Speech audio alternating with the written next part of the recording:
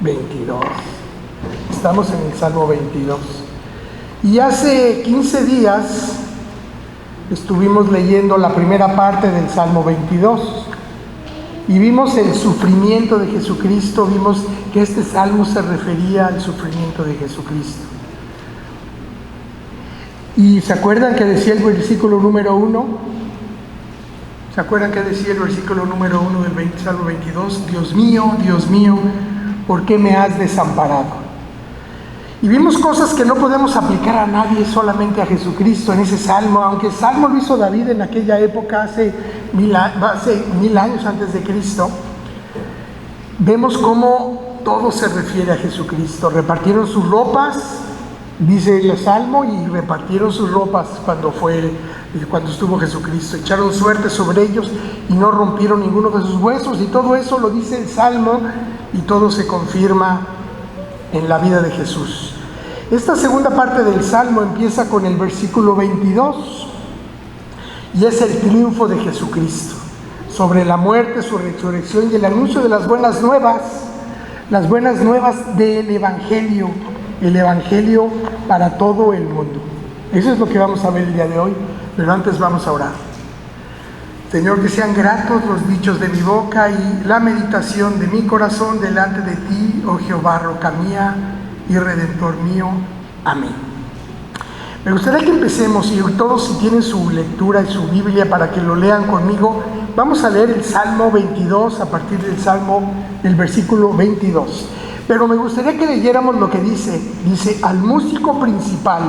En el capítulo 1, versículo 1 dice, al músico principal, sobre Ajelet Zahar, Salmo de David. Nos está diciendo quién es y para qué es. Y dice el Salmo, anunciaré tu nombre a mis hermanos. Vayan poniendo atención.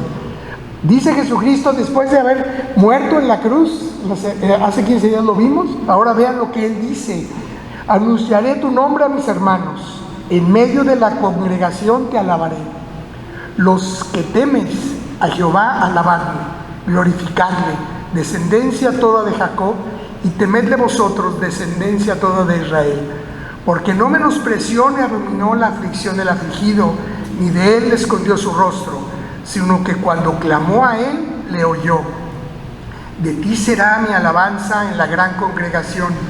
Mis votos pagaré delante de los que le temen. Comerán los humildes y serán saciados. Alabarán a Jehová los que le buscan. Vivirá vuestro corazón para siempre. Se acordará y se volverán a Jehová todos los confines de la tierra. Y todas las familias de las naciones adorarán delante de ti, porque de Jehová es el reino, y él regirá las naciones. Comerán y adorarán todos los poderosos de la tierra. Se postrará delante de él todos los que descienden al polvo, aun el que no puede conservar la vida a su propia alma. La posteridad le servirá. Esto será contado de Jehová hasta la postrera generación. Vendrán y anunciarán su justicia. A pueblo no nacido aún anunciarán que él hizo esto. Es importante que cuando leamos cualquier cosa, cuando leamos cualquier libro, cualquier documento, siempre debemos de entender el significado de las palabras. Si alguna vez estás leyendo un libro o la Biblia y pasas una palabra y no entiendes lo que dice, no sigas. Frena y ve qué quiere decir esa palabra, a qué se refiere el autor en esa palabra. Y yo les hago la misma pregunta. Dice al músico principal sobre Ajelet Zahar. ¿Qué quiere decir Ajelet Zahar? Estuve investigando y son palabras difíciles de entender porque las puso David cuando hizo este salmo. Y algunos dicen, porque el significado es en realidad incierto, se refiere a un instrumento musical. Puede decir que David haya dicho, este salmo lo tienen que tocar con este instrumento. Pero la mayoría de los teólogos coincide que se refiere a una dedicación, y es una dedicación a un corzo o un ciervo, es un venadito, y es un ciervo de la mañana. Es como una alabanza a la maravilla de Dios y a un cervatillo que está temprano en la mañana y dedica también este salmo a él. Entonces, ya que entendemos para quién es y por qué es David, tendríamos que entender el lugar, y lo vamos a ver más adelante. ¿Cómo es que David, estando en su palacio escribiendo este salmo, estando en algún lugar, no sabemos dónde lo escribió, haya tenido en su mente y en su corazón estas palabras, pensando en el futuro, 1000 años al futuro, donde Jesucristo iba a ser crucificado y donde Cristo iba a ser vencedor? Imagínense eso a David. Podemos empezar diciendo que el Salmo 22, y los vamos a ver más adelante, es una trilogía. ¿Por qué? Porque el Salmo 22, 23 y 24 se complementan los 3 salmos, y uno se refiere al Salvador, este salmo. Vamos a ver que se refiere a Jesucristo como Salvador. El Salmo 23, todo el mundo lo conoce, Jehová es mi pastor, se refiere a que Jesucristo es el pastor. Y el tercer salmo, el 24, se refiere a que Jesucristo es el soberano, es el rey. Y otros estudiosos también se refieren a el primero, que es la cruz, que ya vimos que es la cruz; el segundo, que es el de hoy, que es el cayado, es la guía; y la tercera es la corona. Y para nosotros es muy importante que entendamos que los salmos, todo el Antiguo Testamento, se refiere a Jesús, siempre. Tenemos que buscar a Jesús en el Antiguo Testamento como algo que va a venir, y a Jesús en el Nuevo Testamento como ya alguien que vino. Y este Salmo 22 es muy evidente. ¿Cómo vemos a Cristo? Ya lo vimos hace 15 días, vemos a Cristo en el Salmo. Están hablando de Cristo, no hay forma de pensar que no es. Y además, en el Nuevo Testamento se habla mucho de este Antiguo Testamento, el Salmo 22. Por ejemplo, el Salmo 22, versículo 1, ya lo vimos, se cita en Mateo 27:46, donde dice: Elí, Elí, lama sabactani, esto es: Dios mío, ¿por qué me has desamparado? Y lo mismo también lo hace el evangelista Marcos, y también el evangelista Marcos habla de lo mismo, dice: ¿por qué me has abandonado, Dios? Y el versículo 18 es citado, en los 4 evangelios, porque es la pasión de nuestro Señor Jesucristo. Y el versículo 22, que vamos a empezar ahorita, es este versículo que estamos estudiando, versículo 22 del capítulo 22, dice en Hebreos, que Hebreos es un libro que se escribió después de que estuvo Cristo en la tierra, dice: anunciaré a mis hermanos tu nombre, en medio de la congregación te alabaré. Mientras la mayoría de los salmos acentúan ese oficio mesiánico de Jesucristo, el Salmo 22 y el Salmo 69 se concretan más en describir el sufrimiento de Jesucristo, y lo podemos ver también en Isaías 53. Si tienen interés, y me gustaría que que lean el Salmo 69 y en Isaías 53, y van a ver descrito el sufrimiento de Jesucristo, y lo vamos a ver en los evangelios, cómo sufre Jesucristo. Tanto con la corona como la muerte de Jesucristo en el Antiguo Testamento, siempre hay un libertador que va a venir, siempre hay alguien que va a venir, y se hace en Cristo Jesús. Y se ha debatido muchas veces, y es lo que les decía ahorita, la conciencia mesiánica de David.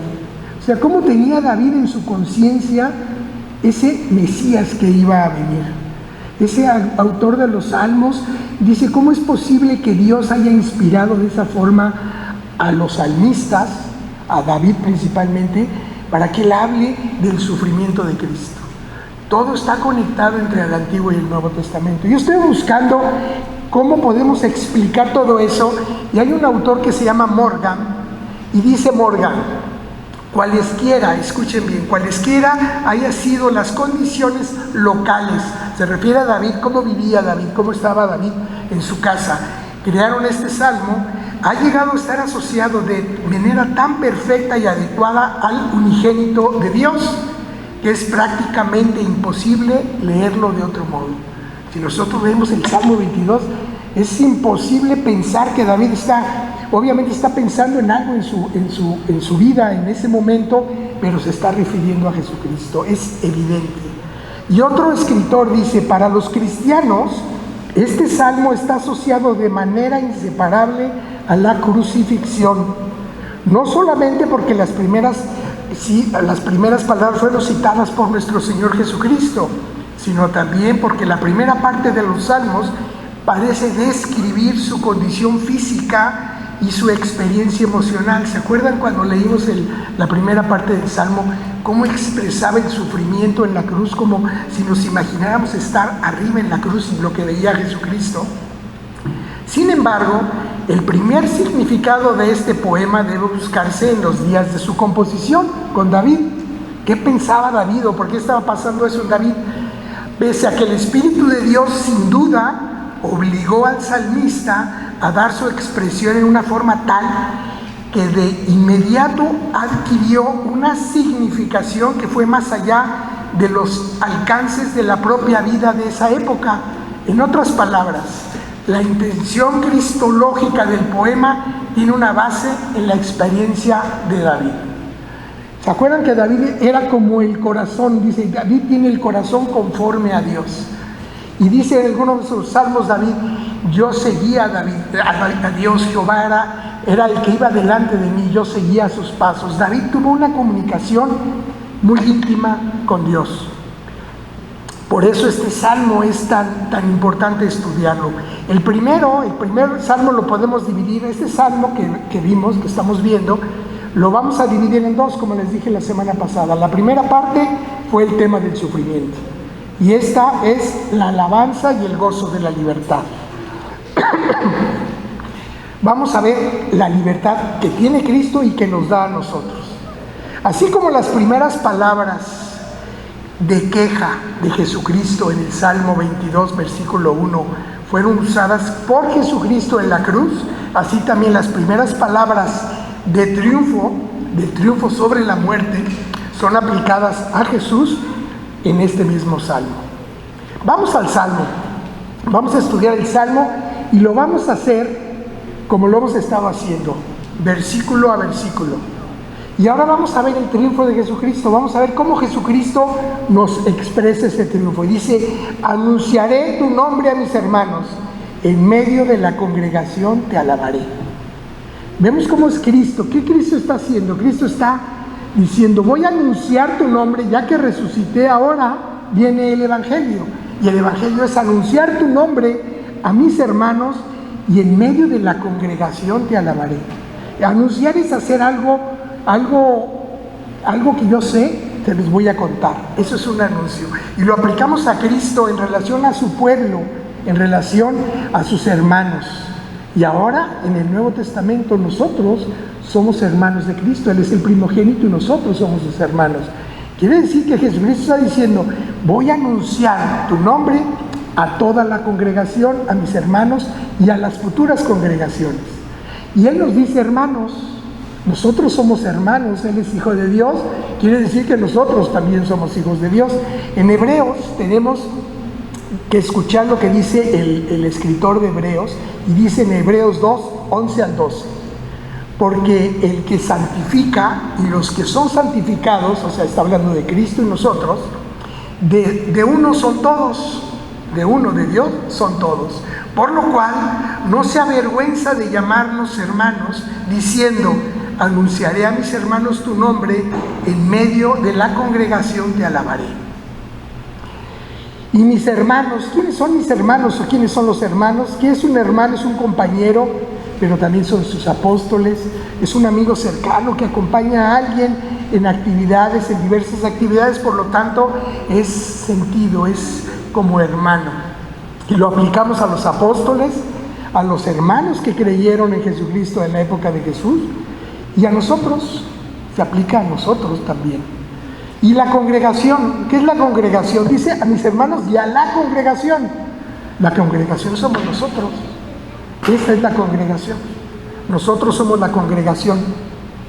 Es una asamblea donde un grupo de personas se reúnen con un mismo propósito, que es alabar y glorificar a Dios. Este término en el Antiguo Testamento representa lo que en el Nuevo Testamento representa la iglesia. Entonces se está refiriendo a la iglesia también. Si nosotros vemos que Jesucristo está diciendo, en medio de la congregación te alabaré, quiere decir que cuando nosotros alabamos, y dos o más estamos reunidos en el nombre de Jesucristo, Él está en medio de nosotros. ¿Quién está alabando con nosotros? Cristo está alabando con nosotros. Por eso dice, y te alabaré en medio de la congregación. Ahora que estábamos cantando y alabando a Dios, y estamos reunidos en el nombre de Cristo, Cristo estaba alabando con nosotros, y por eso dice, te alabaré a Dios. Vamos a ver algunas consecuencias de esto. Vamos a tratar de sacarle la información que tiene este versículo. Primero dice, te alabaré en medio de una congregación. ¿Qué quiere decir eso? En medio de la iglesia. Quiere decir que Jesucristo estaba profetizando que iba a haber una congregación en donde lo iban a alabar, que iba a haber una iglesia en donde Él iba a ser la cabeza y nosotros los miembros de la iglesia que íbamos a alabar a Dios. Entonces nos está diciendo, yo tengo una congregación, por eso estoy en mi congregación.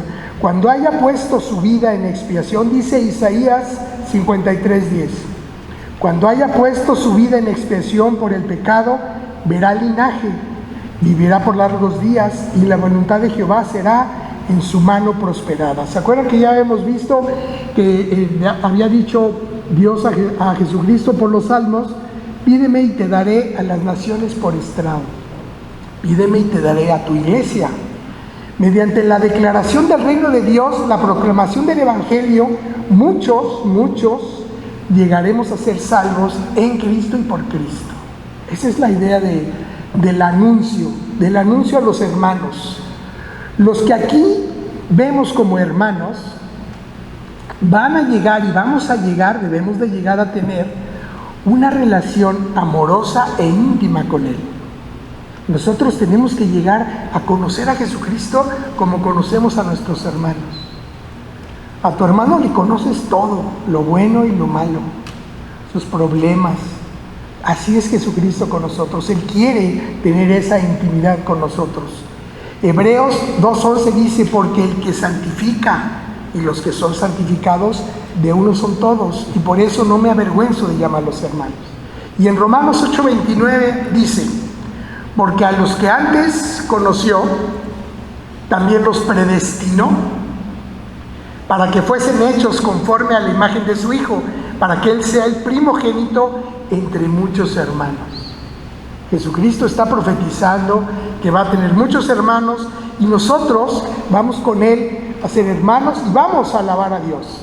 Y en Efesios 2:16 dice, y mediante la cruz reconciliar con Dios a ambos en un solo cuerpo, matando en ella las enemistades. ¿Qué quiere decir? Quiere decir que Pablo está diciendo, ya no hay judíos y gentiles.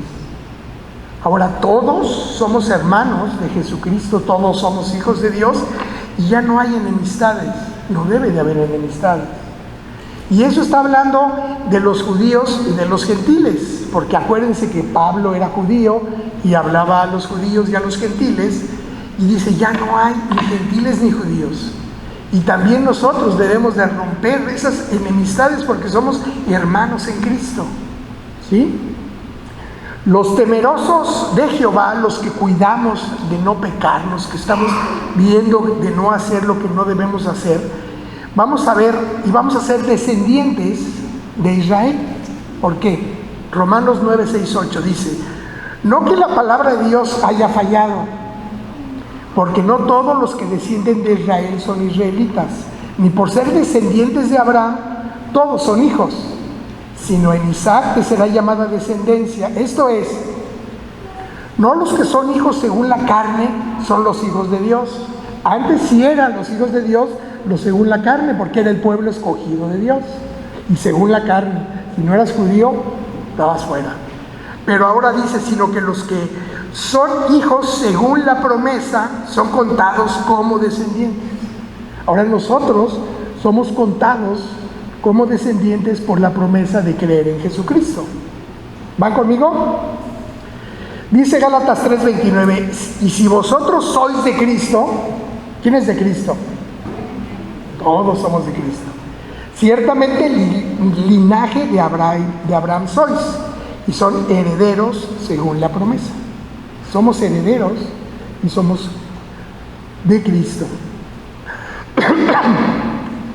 Después, la segunda cosa que podemos ver de este versículo, que esa congregación iba a alabar y a glorificar a Dios. Por eso dice, tu nombre, mis hermanos, en medio de la congregación te alabaré. Por eso alabamos a Dios.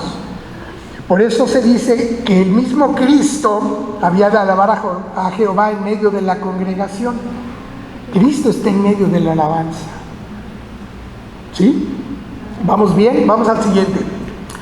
Los que teméis a Jehová, alabadle, glorificadle, descendencia toda de Jacob, y temedle a vosotros, descendencia toda de Israel. Porque no menospreció ni abominó la aflicción del afligido, ni de él escondió su rostro, sino que cuando clamó a él, le oyó. Estamos hablando de que si nosotros cuidamos y vemos y estamos temiendo pecar, y si pecamos nos arrepentimos, somos parte de esa congregación y vamos a glorificarle a Dios. ¿Por qué? Porque aquí hay algo muy importante que tenemos que leer. Y dice, ni él escondió su rostro, sino que cuando clamó a él, le oyó. ¿A qué se refiere esto? ¿A qué creen que se refiere esta parte? Sino que cuando clamó a él, le oyó. ¿A quién se refiere?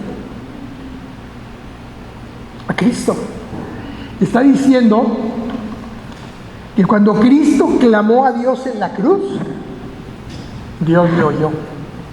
Pero no lo bajó de la cruz. Dejó que pasara todo. Y lo que hizo Dios después de que Cristo le habló, le gritó, le gimió, le clamó, Dios lo resucitó al tercer día. A eso se refiere. Por eso dice, porque no menospreció ni abominó la aflicción del afligido, de su Hijo Jesucristo en la cruz. No lo menospreció, pero lo dejó en la cruz. ¿Para qué? Para que cumpliera lo que tenía que venir a cumplir, que era morir por nuestros pecados. Y tampoco le escondió el rostro, sino que cuando clamó, él lo oyó. Cuando Jesucristo clamó, cuando tú clamas a Dios, él te oye. Pero si a Jesucristo lo dejó en la cruz por un propósito, cuando tú le clamas a Dios y no te contesta que estás en ese problema o estás en esa situación, porque él quiere que estés ahí. Él quiere que aprendas algo, él quiere que superes algo, él quiere que pidas algo, él quiere que ores algo. Es por un propósito, no nada más es por dejarte ahí. ¿O creen que dejó a Cristo en la cruz nada más porque quiso? Era un propósito que nosotros, ni ellos, ni David entendían, porque nadie entendía. Imagínense a David profetizando la muerte de Cristo, pero en esa época de David no se usaba la cruz. ¿Se acuerdan cómo mató David a Goliat? Con su espada, con una piedra. Era diferente la forma de matar. Esa cruz la inventaron los romanos para el sufrimiento. Pero Dios y Cristo sabían lo que iba a pasar. Y por eso de ti será mi alabanza en la gran congregación, mis votos pagaré delante de los que te temen. Alabanza. ¿Qué es una alabanza? Es lo que cantamos, lo alabamos, lo glorificamos, ofrecemos. Todos estos salmos, 150 salmos, son canciones, son poemas que debemos cantar. Y siempre debemos cantar. ¿Por qué? Porque Dios se goza en la alabanza, le gusta. Es una característica de Dios que le gusta que lo alabes, que le cantes, que le agradezcas, que le des gracias. Por eso en Romanos dice, a los que no me dan gracias yo los abomino. O sea, Dios da las cosas para que nosotros seamos agradecidos y seamos conscientes de que todo es de Él, la creación es de Él, tú eres de Él, y lo que menos podemos hacer de Él, lo menos es agradecerle a Él por todo. Y Él se goza en esa alabanza. Dice Deuteronomio 12, 18. Sino delante de Jehová tu Dios las comerás. Está hablando de las ofrendas. En el lugar en que Jehová tu Dios hubiera escogido, tú, tu hijo, tu hija, tu siervo, tu sierva, y el levita que habitaba en tus poblaciones. Y dice, te alegrarás delante de Jehová tu Dios de toda la obra de tus manos. Te alegrarás, le agradecerás y lo bendecirás. Todo lo que haces, el negocio, el trabajo, lo que haces es de Dios y Él te lo da. A veces pensamos que somos muy inteligentes y que por la coincidencia yo tengo no hay coincidencias para Dios. Dios todo lo que pasa lo controla y Él lo predestina. Por eso dice, y los que predestinó. ¿Qué quiere decir predestinó? Que desde antes de la fundación del mundo Él ya sabía que nosotros, tú y yo, íbamos a estar haciendo lo que estamos haciendo. No lo decidiste tú, aunque creas que tú lo decidiste, es obra de Dios, es obra de sus manos, es obra de su creación, porque Él creó todo. Él creó el universo, la tierra, el mar, y a ti y a mí nos creó. Entonces lo único que nos queda es alabarlo. Por eso dice, te alegrarás, estarás contento. Tenemos que estar alegres y contentos con lo que tenemos y cómo lo tenemos, ya sea bien o mal. Ya lo hemos visto con Job y con muchos ejemplos en la Biblia, que son los humildes de corazón los que buscan a Jesús. ¿Qué es ser humilde de corazón? Que te humillas a Él y dices, Señor, yo dependo de ti. Si tú en este momento dices, hasta aquí llegué, hasta aquí llegaste. Y no puedes agregar ni un minuto a tu vida, no puedes. No puedes mantener tu alma viva, el que la mantiene es Dios. Y por eso dice que los verdaderos adoradores se van a unir a David y al salmista y a Cristo en adorar a Dios. Y por eso dice, de ti será mi alabanza. ¿De quién es? De ti es mi alabanza, para ti te alabo, a ti te alabo. Solo a ti, no hay a alguien más, no hay otro Dios al que yo alabo. Por lo tanto, el objeto y la fuente de nuestra alabanza, de la alabanza de nosotros, es ¿a quién? A Dios. Ahora te pregunto, ¿a quién alabas tú? ¿A quién le das gracias tú? ¿En quién confías tú? Es una cosa que debemos meditar. ¿Por qué? Porque tienes que ser consciente ahorita de lo que estamos escuchando y después no puedes decir, es que yo no sabía, nadie me dijo nada. Ese es el Evangelio. Porque el Evangelio tiene sus dos partes, Jesucristo, pero en obediencia también. Y después dice, mis votos pagaré. Significa, en primer lugar, ¿cuántas veces, me incluyo yo, le hemos prometido a Dios, si me das vas a ver cómo voy a ser yo? Si tú me ayudas vas a ver cómo te voy a responder. Si tú me das, hay gente que dice, si me ganas la lotería te doy el 10%. Así es que te conviene darme la lotería porque te voy a dar el 10%. ¿Ustedes creen que así es? Nosotros lo que le prometemos a Dios, tenemos que cumplirlo. Y esos son mis votos, pagaré delante de los que le temen. ¿Qué prometes? ¿Qué es lo que le debes de dar a Dios? Tenemos que aprender a respetar y adorar a nuestro Dios. Y después el 26 dice, comerán los humildes y serán saciados, alabarán a Jehová los que le buscan, vivirá vuestro corazón para siempre, se acordarán y se volverán a Jehová todos los confines de la tierra y todas las familias de las naciones adorarán delante de ti. ¿Qué está diciendo el salmista aquí? Comerán los humildes y serán saciados. Los humildes de corazón. Estamos hablando espiritualmente, acuérdense, no de comer. Estamos hablando espiritualmente. Vamos a comer de Él, por eso Él es el pan de vida. Y vamos a ser saciados con su amor y con su misericordia. Y vamos a alabar a Dios los que le buscamos. Está hablando de la congregación. Ahora el salmista está hablando de nosotros, de la congregación.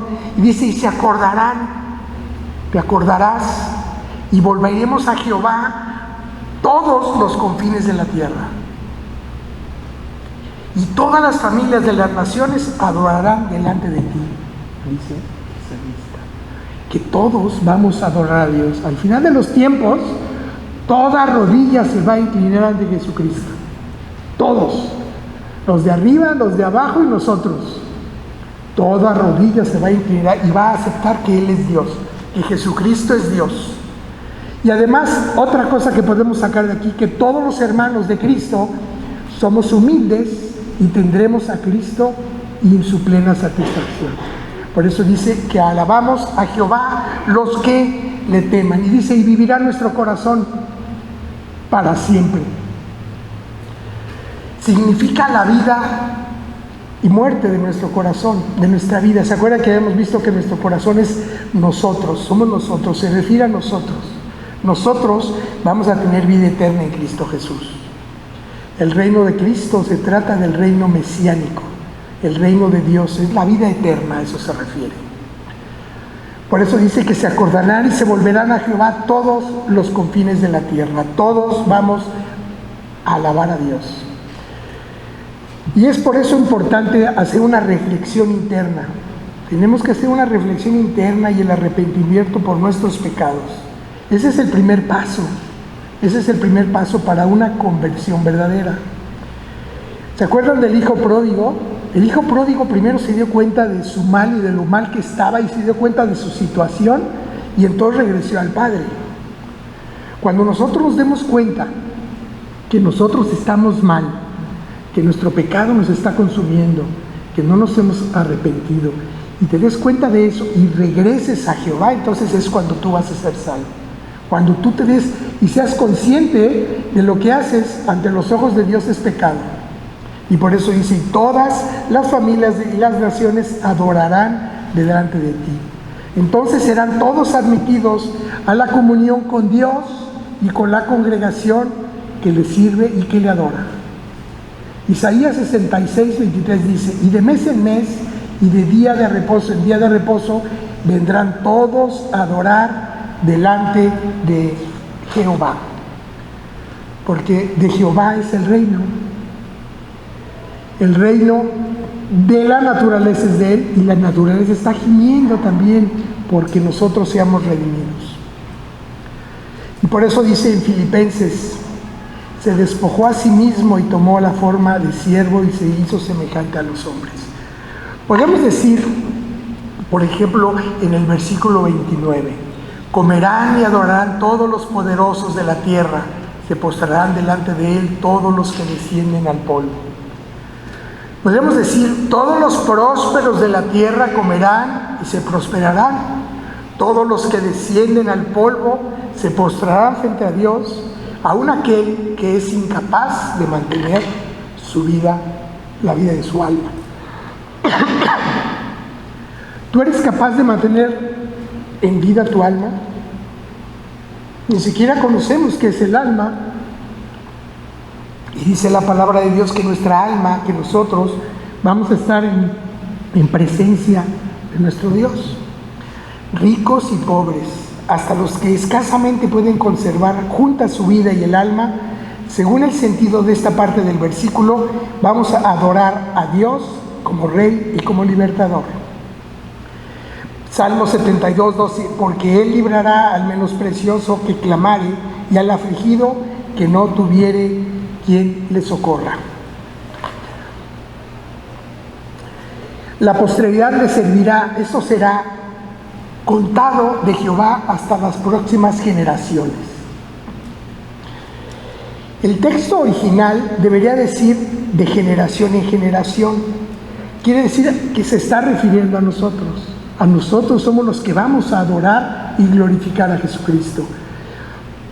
Y por eso dice que la posteridad, nosotros somos esa posteridad. Ahora yo te pregunto, ya que vimos esta parte del Salmo, dice en el Salmo, al final del Salmo, y vendrán y anunciarán su justicia a pueblo no nacido aún, anunciarán que Él hizo esto. ¿A quién se refiere que va a anunciar? ¿Ustedes qué piensan que va a ser el que va a anunciar? ¿Cómo anunciará Jesús esas buenas nuevas? ¿Cómo las anuncia? Pues Romanos 10 nos da la respuesta. Y esa es la respuesta a lo que nosotros debemos de pensar ahora, a lo que está pidiendo Jesús. Dice Romanos, escuchen con atención, porque eso nos puede quedar a nosotros. ¿Cómo pues invocarán a aquel en que no han creído? ¿Cómo puedes invocar a alguien en que no crees? ¿Cómo puede? Jesucristo estaba invocando en la cruz a su Padre porque creía que su Padre es. Ahora yo te pregunto, cuando tú invocas a Dios, ¿crees que le hay? ¿Y cómo creerán en aquel de quien no han oído? ¿Has oído hablar de Dios? ¿De Jesucristo? ¿Quién te ha platicado de Jesucristo? ¿Lo conoces? ¿Conoces quién es? ¿Qué hace? ¿Y cómo oirán sin haber quien les predique? ¿Y cómo predicarán si no fueren enviados? Como está escrito, cuán hermosos son los pies de los que anuncian la paz, de los que anuncian las buenas nuevas. Está hablando a nosotros. Nosotros somos los que tenemos que llevar las buenas nuevas. Nosotros somos los emisarios de Él. Porque dice Jesucristo, yo anunciaré a mis hermanos. Pero ¿cómo lo anunciará si ya Dios, Cristo está en el cielo? Pues queda en nosotros, ¿no? ¿Por qué? Mas no todos obedecieron al Evangelio. Pues Isaías dice, Señor, ¿quién ha creído nuestro anuncio? Nuestro anuncio, mi anuncio. ¿Tú crees lo que estoy diciendo? ¿Tú crees en Jesucristo? Porque dice la palabra de Dios. Así que la fe en Dios es por el oír. ¿Y el oír qué? La palabra de Dios. Pero digo, ¿no han oído? Antes bien, por toda la tierra ha salido la voz de ellos y hasta los fines de la tierra sus palabras. Nosotros somos los que debemos llevar el Evangelio, las buenas nuevas. Tú ya las recibiste. Estás consciente de que Dios existe, de Jesucristo. ¿Sabes qué es el Evangelio? ¿Qué es el Evangelio? Si nosotros vamos a predicar el Evangelio, ¿qué predicaríamos? Primero que nada, las buenas nuevas. Y las buenas nuevas son Cristo. Nos dice que el hombre necesita primero el Evangelio de Jesucristo. Dice que el hombre necesita primero creer en Jesucristo. Es la base del Evangelio. Si tú no crees en Jesucristo, pues no hay Evangelio. Dice Romanos 10:13, porque todo aquel que invocare el nombre del Señor, será salvo. Esto es una premisa, porque entonces podríamos decir que dice, el que no invocare el nombre del Señor no es salvo. ¿Está correcto o no? La lógica. Dice, si tú no invocas el nombre del Señor, no vas a ser salvo. Entonces tienes que invocar, ese es el Evangelio. Tienes que creer en Jesucristo y tienes que invocar su nombre, creer que Él es. El que no reconoce a Jesús como Señor, entonces no es salvo. Y ahora yo te pregunto, ¿salvo de qué? Porque podría decir, pues ¿de qué me quiero salvar? De la ira de Dios. ¿Y qué es la ira de Dios? El castigo por el pecado. ¿Y qué es la ira de Dios y el castigo por el pecado? La muerte, muerte eterna. Entonces nos está diciendo Jesucristo, mi evangelio es que creas en mí, que creas que yo morí en la cruz por tus pecados, que me invoques y serás salvo. Si tú no crees eso, no eres salvo. Juan 3:36 dice, el que cree en el Hijo tiene vida. El que cree en el Hijo, en Jesucristo, tiene vida eterna. Pero el que rehúsa creer en el Hijo no verá la vida, sino que la ira de Dios está sobre él. De eso nos vamos a salvar, de la ira de Dios. El hombre necesita reconocer a Jesucristo para ser salvo. Si no lo hace, no es salvo, está perdido. Y mientras el mundo no reconozca a Jesucristo como Señor y Salvador, no es salvo. Ese es el Evangelio, eso es lo que debemos de predicar, pero primero lo debes de creer. Primero debes de estar consciente, yo creo eso, yo voy a predicártelo porque yo lo creo, estoy convencido. Porque si yo no estoy convencido de algo, no te puedo convencer a ti de algo. Vas a ver que soy un falso, un mentiroso. Y lo mismo va a pasar cuando tú prediques el Evangelio, cuando tú lleves las buenas nuevas. Si tú no lo crees en el corazón, pues mejor ni lo prediques. Dice Romanos 10:17, así que la fe que yo tengo y la fe que tú tienes es por el oír, y es por oír la palabra de Dios. Aquí viene, este es el Evangelio que Jesucristo dejó. Solo hay dos caminos, solo hay dos destinos. Que no te platiquen que hay otros, solo dos. ¿Cuáles son? Cristo y el infierno. Entonces, solo queda creer en Dios Solo queda creer en Jesucristo. ¿Y cómo creerán en aquel de quien no han oído? ¿Cómo creerán en aquel de quien no han oído? ¿Quién es Jesús? Te pregunto esta mañana. ¿Y cómo oirán? Si nadie les predica. ¿Qué dice 2 de Tesalonicenses 2, 13, 14? Pero nosotros debemos dar siempre gracias a Dios respecto a vosotros. Está hablando Pablo a los tesalonicenses. Hermanos amados en el Señor, de que Dios os haya escogido desde el principio para salvación. Y te lo puedo decir a ti también. Yo le doy gracias a Dios de que Dios nos escogió desde antes para salvación. Porque si están aquí sentados escuchando la palabra de Dios, es porque Él nos escogió para salvación, mediante la santificación por el Espíritu, la fe en la verdad, a lo cual os llamó mediante nuestro Evangelio. Dios nos llama mediante el Evangelio, mediante estudiar su palabra. Así es como te llama. ¿Para qué? Para alcanzar la gloria de nuestro Señor Jesucristo. Cuando tú alcances la gloria de Jesucristo, cuando estés sentado con Él allá adorando a Dios, esa es la forma de alcanzar a Jesucristo. Por medio de la predicación del Evangelio, es como Jesucristo va a anunciar a sus hermanos y a la congregación, tu reino, dice su reino. Entonces, nuestro trabajo, tu trabajo, y está hablando Dios a través de mí, yo no soy Él, te está escogiendo y te está mandando a predicar el Evangelio. Ese es nuestro trabajo, esa es nuestra labor. Debemos nosotros presentar el Evangelio de Jesús. Jesús nació como hombre, siendo Dios.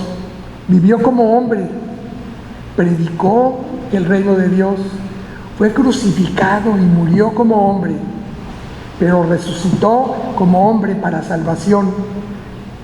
Y Él está sentado a la diestra de Dios. Y Él es el que nos da vida. A través de Jesucristo llegamos al Padre. Y es creyendo en Jesucristo, que Él hizo todo ese sacrificio por ti y por mí, que es como somos salvos. Ese es el Evangelio. Y todo lo hizo porque te ama, por amor a ti, por amor a tus hijos, por amor a su creación. Él no quiere que su creación se pierda. Él quiere que seamos salvos. Y nuestra labor es llevar esas buenas nuevas, ese mensaje a todas las personas que conozcamos. Y si les llevamos a 20, a 30, a 50, se imaginan cómo ha llegado. Esa palabra de Dios, este Evangelio, nos está llegando desde que fue escrito este Evangelio. Hace 300 años después de que Cristo murió, en el año 300 después de Cristo, teníamos ya esta Biblia esta como está. Y a través de las personas es como ha llegado el Evangelio. Nosotros somos los que debemos de pasar esa estafeta a las personas. Nosotros vamos a correr nuestra carrera y va a llegar otra persona y le vamos a dar la estafeta y él sigue. Y así va a seguir. Y es la única forma de que todos conozcan el Evangelio. Debemos predicar el Evangelio a nuestros hijos, a nuestros familiares, a nuestros vecinos, a los que no nos quieren, a todo mundo debemos de predicar el Evangelio. Porque dice la palabra de Dios que cuando estemos allí en el cielo no va a haber nadie, no debe haber nadie que diga yo nunca lo oí. A mí nadie me habló. Cristo va a decir, mira, ahí fueron a avisarte y no quisiste. Por eso vamos a terminar con una oración. Señor, yo te pido esta mañana que nos des a una persona que podamos llevar tu Evangelio. Danos a una más, Señor. Ponlo enfrente de nosotros y que podamos nosotros hablarles de ti. Yo te pido, Dios, que pongas en el corazón de cada uno de nosotros la necesidad de llevar el Evangelio. La necesidad de decir, quiero predicar el Evangelio de Jesucristo a una persona más. Esa es la única forma en que nosotros podemos hacer el propósito que Cristo ha puesto en nuestros corazones. Y esa es la forma en que las personas pueden invocar el nombre de nuestro Señor Jesucristo y ser salvas. Amén. Vamos a pasar a los diezmos y a las ofrendas.